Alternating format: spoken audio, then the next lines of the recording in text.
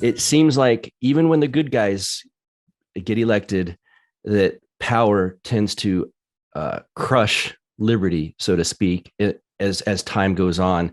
Is that something we just can't get away from, do you think?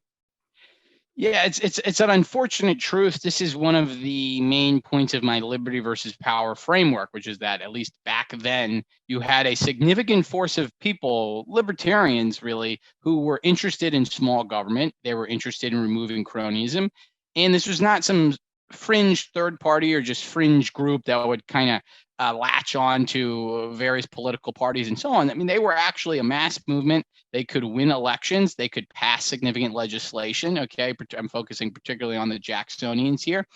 And you would expect that when these forces of liberty have control of the government, cronyism would go down. And to an extent, that was true.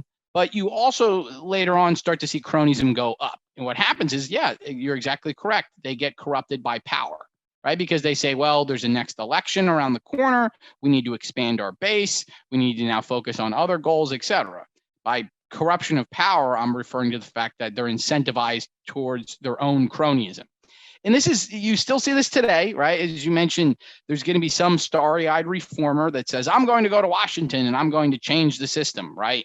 And in reality, they end up, they soon realize, well, this is just the way it is. I've got to, get my cut of the pie, so to speak.